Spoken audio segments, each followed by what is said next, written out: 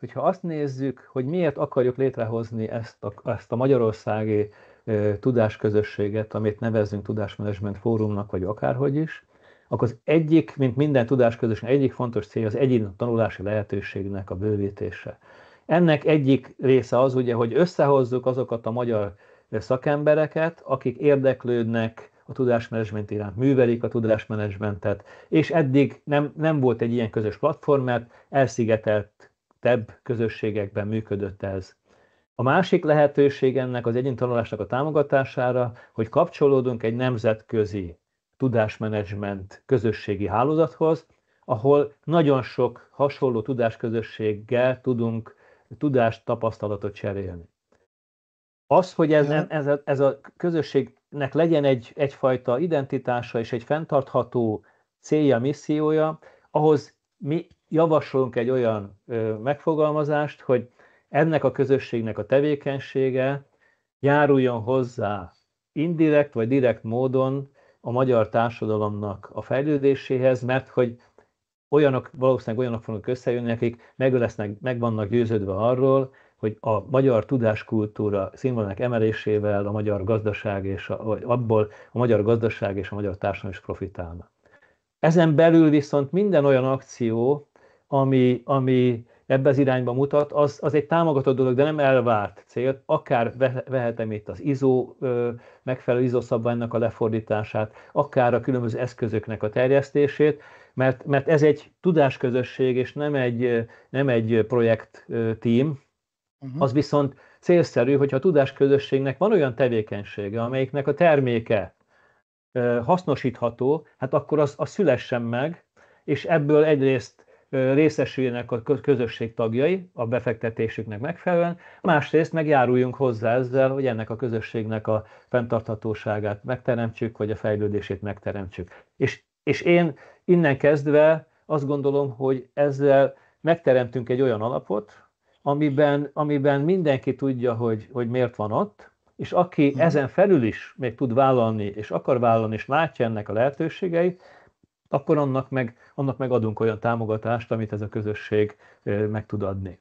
De nem várjuk el, hogy ezekkel azonosuljon, vagy hogy mondjam, ezekben most elkötelezettséget vállaljon valaki, hogy ő most bejön, és akkor az ISO fordításban részt vesz, és ha nem veszel részt, akkor szevasz, hanem azt mondjuk, hogy így mondjuk nyilván, hogyha ennek a fórumnak lesz bármiféle elismertsége, akkor ez hozzájárulhat, ez az image ahhoz, hogy például, amit az Zoli is szempontként mondott, hogy akár állami forrásokhoz, vagy még inkább nekem szimpatikus lenne EU-s forrásokhoz való hozzáféréssel lehetne ezt a dolgot például megtámogatni, és akkor már is van egy olyan kiegészítő szerepe ennek a közösségnek, ami végig az eredeti célokat támogatja, még akár ugye annak a küldetésnek is az előre mozdítását is lehetővé teszi. Mai alkalomról majd szerintem az Zolit fogom megkérni, hogy a történetről 2 mondatban mondjon valamit, mert ugye itt ennek az eseménynek van egy kis történelmi előzmény, ami Veszprémben kezdődött, és jelenlévők közül elég sokan ott is voltak, úgyhogy ezt fölidézni majd nem lesz nehéz. A lényeg az, hogy lehetőségünk adódott arra, hogy az eddigi szakmai közösségi tevékenységünket egyrészt egy kicsit kiterjesszük itt Magyarországon, másrészt pedig csatlakozzunk egy 10 éve működő nemzetközi hálózathoz. És most azért jöttünk össze, hogy beszélgessünk erről, és nagy szeretettel köszöntjük Manfred Bornemann urat, aki segítségünk lesz abban, hogy a már működő hálózatokról beszámoljon, illetve magáról a nemzetközi hálózatnak a céljáról, értelméről, működéséről, és utána pedig én azt gondolom, hogy mi tudunk egy pár szót váltani arról, hogy Magyarországon látjuk-e értelmét ennek, és hogy ki mivel tudna hozzájárulni ehhez. Zoli, én azt kérlek, hogy akkor esetleg foglald össze a rövid történetet, és aztán szerintem adjuk át a szót Manfrednak, hogy az idejével is gazdálkodjon. Jó. Köszönöm szépen. Én is szeretettel köszöntök mindenkit a mai különleges napon egy network születésénél. Én bízom benne, hogy elég sokat fogunk találkozni a jövőben. A történetről egy pár szót. Veszprémben kezdődött a dolog, ahogy Tibor is mondta, ott találkoztunk össze Manfreddal, és az érdekesség, hogy körülbelül már minimum 1 éve kapcsolatban vagyunk LinkedIn-en, és most személyesen is találkoztunk, és az előadásunk után föltette a kérdést, hogy miért nem alakítjuk meg a magyar csoportját a Knowledge Management Global Networknek, és Tiborral összedugtuk a fejünket, akkor próbáljuk meg. Én bízom benne, hogy sikerül összeszedni azt a néhány száz embert szerintem, aki Magyarországon tudásmenedzsmenttel foglalkozik. Manfred, the floor is yours. Thank you. I'm really happy to be here with you. Zoltán, we met, Tibor, Andrea. I think I haven't met the rest of you, but I'm really happy to see you here and share a few insights regarding the Global Knowledge Management Network. I think it's nothing really special. It's just a community, a network of networks. And yeah, we did well, a few events together right now. I think you mentioned that already. We are celebrating the Global Knowledge Week, which is a series of about 66 events locally, starting from Australia all over the world, going all the way to Brazil in very different languages. English, of course, the dominant language, but Portuguese, for example, as well as today we have a Hungarian language community, and yesterday we had a German-speaking one. So lots of different local events, and all of them connecting to the topic of knowledge management. Maybe the most important part for today is sharing a few insights from other more mature networks. We tried to do a little survey. And if you don't mind, I would like to share a slideshow. And now let's do this for the first time in my career. I'm sharing here now my slide. Okay, you should see a PowerPoint, and below you should see subtitles. This is the first time I try to do it simultaneously with Hungarian subtitles. I have no idea if this is making sense or not. This is all I can offer. So please be generous if the pronunciation or the translation is not working fine. So the insights from the network management stem from our members. So the global network has partners, as you can see, from Australia to Brazil. The CRE network is from Brazil. We have the German Gesellschaft für Wissensmanagement, the Society for Knowledge Management, and lots of other partners, Israel and Singapore, smaller, bigger countries, and India, of course. India is an interesting case today because it's such a huge country, as you know, but they have not really organized formally. So this is a more or less informal community, and the city of Bangalore is much bigger than whole of Austria and even Hungary, yeah, and even together. I think Bangalore is bigger than both of us, our countries. So I think this is worthwhile to share our experiences. And I think this is a good starting point to connect. So the focus is not on an individual level. This is, I think, the focus of national communities. We have a few in the German-speaking territories. You see the Swiss Knowledge Management Forum here in red letters. They have in every city, in big cities like Lausanne and Bern and Zurich and other places, they have their local roundtables where they meet and work on knowledge management topics, and the same applies to Germany. So we have different, forms of organizations. And the question was, as some of these communities already celebrated their 20th anniversary, we would like to learn how they managed to grow into that maturity level. And the mission was maybe to support groups who are just emerging, like, for example, our Dutch community or even the Brazilian community. They formed, I think, like 2 years ago or 3 years ago, and some African communities to grow faster to a national kind of collaboration group. The organization of Knowledge Management Global Network is quite simple. We have a team of chairs. So there are 3 people. I'm now the operational chair. I had 1 year as a preparation, and next year I'm going to fade out. So we have 3 years, and we are, moving on in our career, and then giving the chance to new members to take the lead. But after having a mentorship. So I think this mentoring part, the deputy chair designate, I think is great to learn the trade and to learn the business. I think this is really cool. Then we have a governance structure of one representative per country for formal decision making, what should be, if we have important choices to make. But usually this is very decentral. It really depends on people like you to suggest the idea and to do something. For example, with my German friends here in Graz, I'm sitting in Graz, we did this little booklet. Zoltán, I gave it to you already. So this is roughly 100 pages on knowledge management. And we tried to, do our local interpretation of knowledge management, and we had the backup of like 50 PhD theses. So we collected that, and this was one of our projects, for example. You might come up with a very different project. For example, the American friends, they are working on connecting knowledge management and innovation and supporting that to the whole United States innovation system. So this is more political lobbying. So very, very different approaches are possible. We have a few network committees. For example, one committee is for collaboration. My co-chair, Olga, is working on that. And we have, of course, one for international growth. This is VET. And maybe we are going to connect later in a more intensive way. So this is just an overview. And you find all of our information on the website. So the link is up there on the top. I can share the presentation with you, but you will find it immediately. Just check for knowledge management global network.org, and then we are on that site.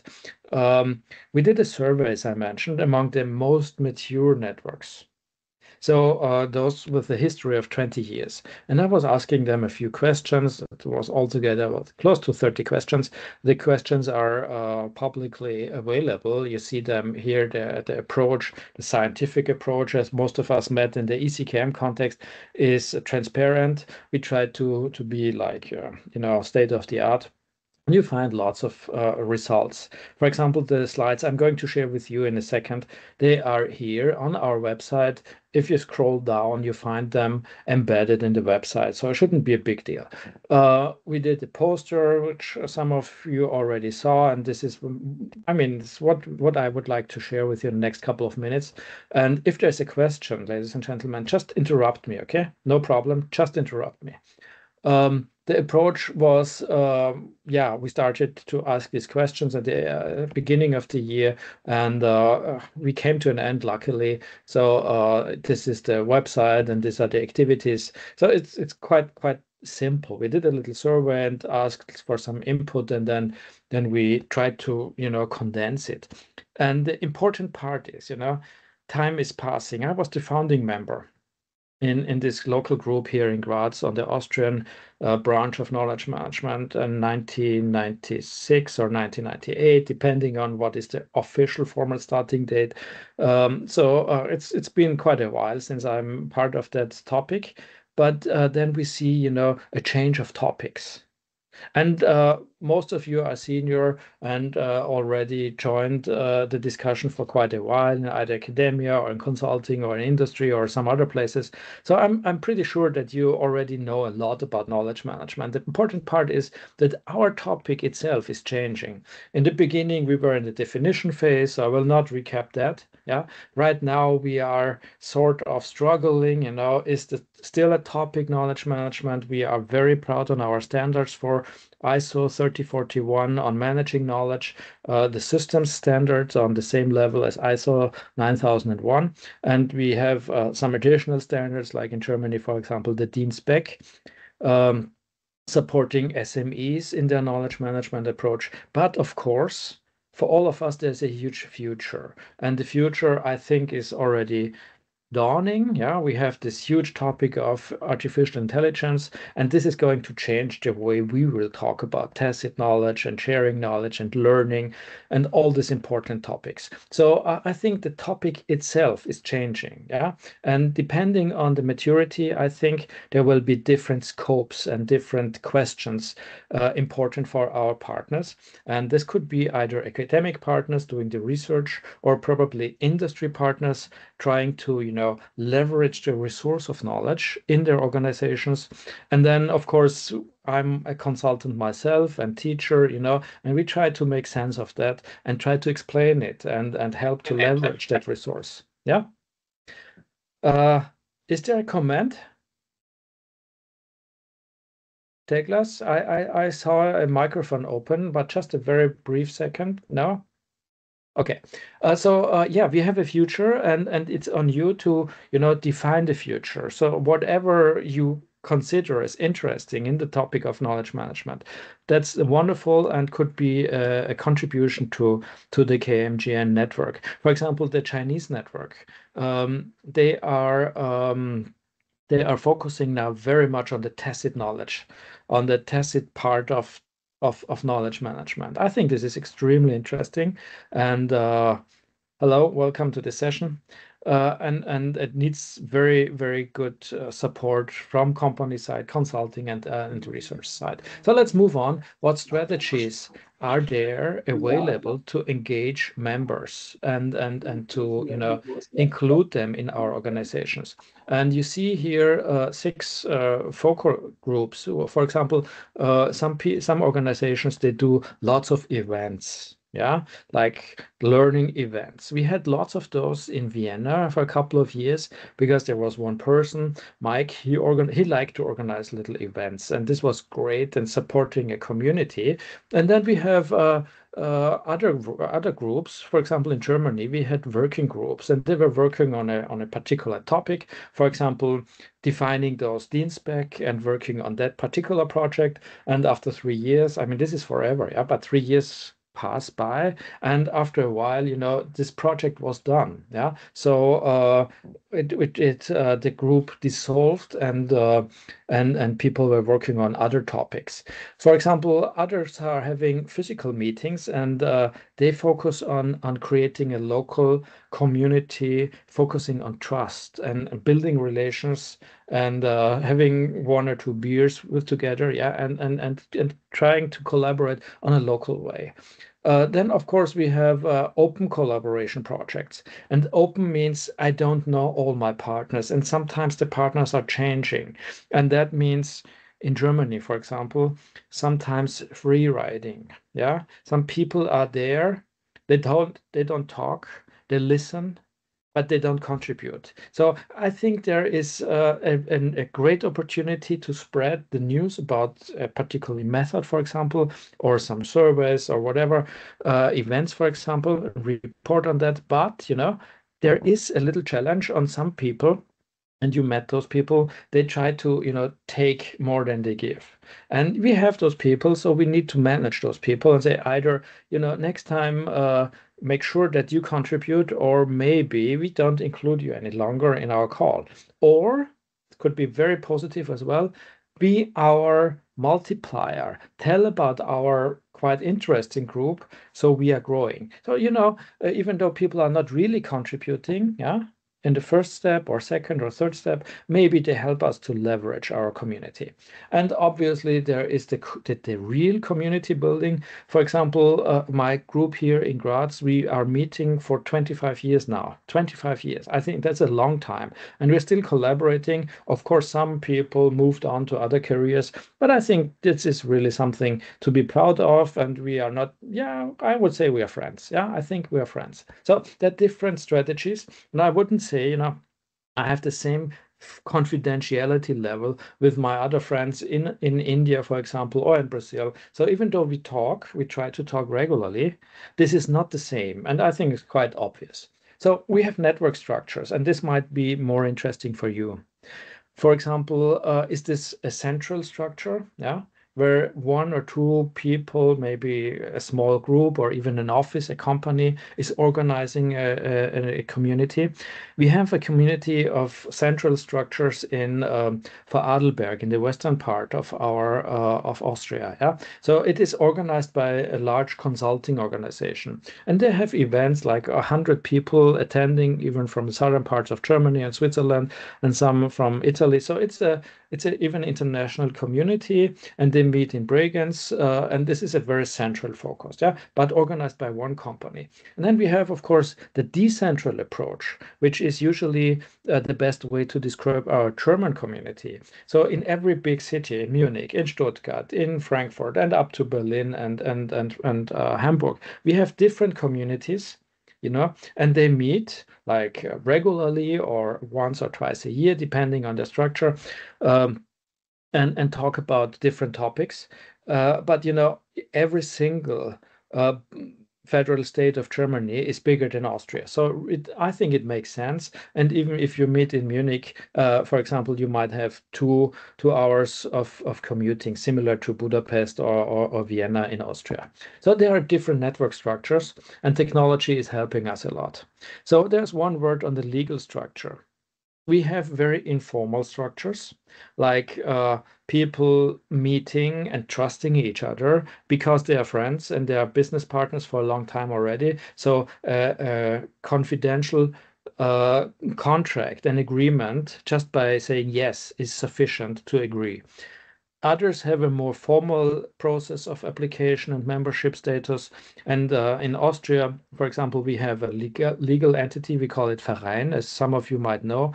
So this is quite a legal entity. It has a disadvantage and an advantage. We have, for example, to do reports every year about our financial status. Yeah, this is sometimes a little bit annoying, but you know, at the end of the year, for me, this was really beneficial because we could say, see, these are the numbers, this is what we did, and then we have our membership assembly, and all people have a reason to attend, and then we, you know, talk a lot about our topic, and we praise people who were very active this year, and you know all that. So having a legal association might be very useful, but of course, there is some bureaucracy. Somebody needs to keep the books, and somebody has to do, you know, the records and the website, you know, all that stuff.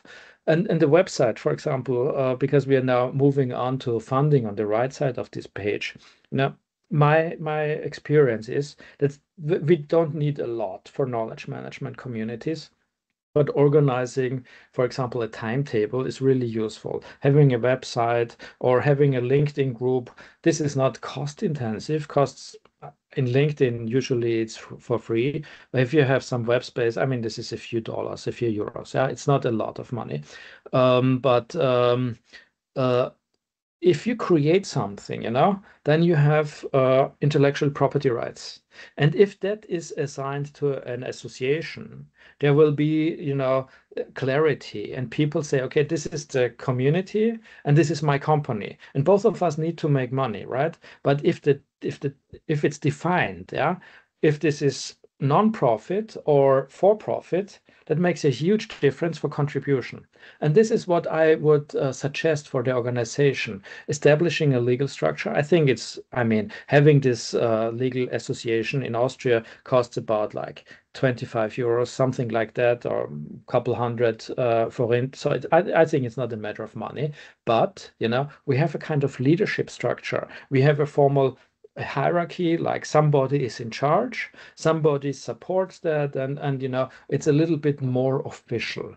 And then we can keep it separate from my company. Yeah, it's okay, this is a different entity, and we can balance the conflicts of interests. I think this is a very important topic. And we should not say all of us are friends, because sometimes we are competitors, right? And if you have that clear, no white elephant in the room, I think it's much easier to have this kind of official structures. And then there's this slide on activities. How can we engage members and interested people? And I think I talked a little bit about regular meetings. Yeah, it depends. And I think the virtualization, like this call today, allows us to have monthly meetings or annual meetings. You know, my position is a very special one. As I'm part of this global community now, it's a little bit too much, honestly, yeah. But having a local meeting is a different stuff. And if we meet like once or twice a year, I think this is really good to get some news and some inspiration and to catch up with the old friends and say, okay, how did you work the last 2 years? Yeah. Then we have virtual engagements, obviously, and I think it's not can save the time here. The focused activities. I would like to focus on that. I mentioned our standard development project. Yeah, I think this was really cool. It was super hard work. It was about 1 year, and all of those here in the room who already developed the standard or some official document, a book or whatever. Yeah, you see, this is hard work. And sometimes, you have a kind of depression. But a focused activity is really a great focal point, a nucleus, to allow and support a community to grow. And then you're proud and say, hey, this is our book and we did this and this, this is really uniting. And yeah, I think I can recommend this. Obviously, as my topic is intellectual capital and measuring and reporting, I suggest to do some measurements as well. And, for me, Moria, as most of you might have heard, yeah, my predecessor, she was asking, okay, what is the growth rate of KMGN recently? And said, okay, this is important. How many countries could you add to our community? So, yeah, nothing big, yeah, but then say, okay, this is 1 or 2 or 3. So let's focus on that target, yeah, and measure it. And then say, yes, I report, I found, or I attracted, I supported 1 or 2 or 3 additional members, and I think that's quite rewarding for us. I think I talked about this already. I could recommend a strictly non-profit approach. We had a little experience in Vienna, where they had the Zoltán, maybe you know them, KMA, Knowledge Management Associates, or Knowledge Management Austria. See, KMA is the same 3 letters, Knowledge Management Austria, Knowledge Management Associates. See, and this is really not good, yeah, because the one is for profit and the other not. And people, I mean, we know that, but the rest of the world does not. So this is really not a good way. So have the non-profit and the for-profit. We have to make money. Don't be shy. Yeah, we have to make money, but don't make it like that. Don't blur it. So this is what I can report from a global perspective. And then the renewal focus. This is another one. The last slide, I think.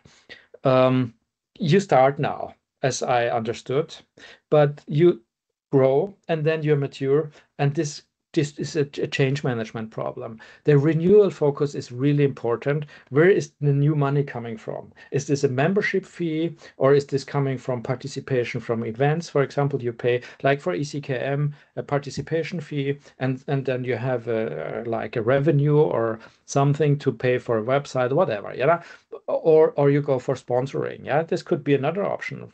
Our Russian friends, they go for sponsoring, so there is no membership fee, but a few people are, leveraging that.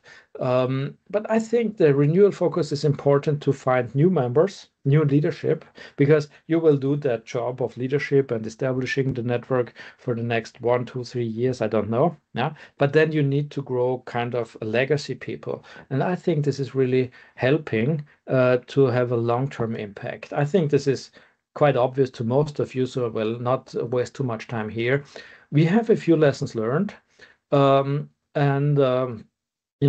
your case, I don't think that the local language is a problem, but our global language collaboration, this is sometimes a challenge. And we could work in any language. Obviously, it's not German, yeah.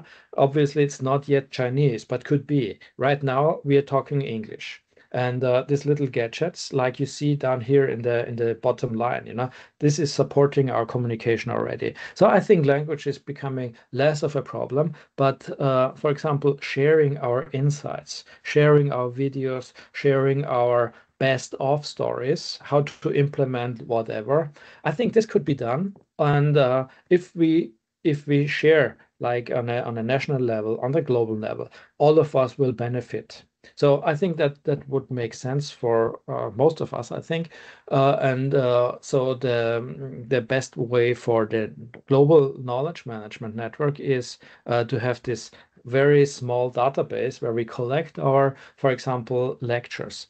Moria is organizing a series of seminars. Zoltán, I think you participated last year or this year, yeah, for almost 4 months, yeah. So it's starting in February, running to March, April, May, and I think it's done in June. So it's a extremely long weekly opportunity where you have, I think, more than 25 interactions, meet lots of people, and per lecture, I think there are about 60 to up to 100 participants. So it's a huge opportunity to network on an individual level. And all those resources are available on our website. And you pay initially, I think, 100 euros. So it's nothing, you know, compared to what you get. And after 1 year, I mean, you can find all that stuff for free on YouTube. So I think the collaboration is the big vision. And yeah, there are various options. We do joint projects globally, internationally. Last year, I was working a lot with my friend Pavel in Switzerland, and we did this paper you saw, some of you have seen in Veszprémi and the ECKM. We did a huge project on aligning culture, which was led by Australian friend Arthur Shelley. So different people take different topics as their lead, develop it, and then it's done, yeah. And then somebody else organizes an event. It could be you for the next time. And these are the people who contributed.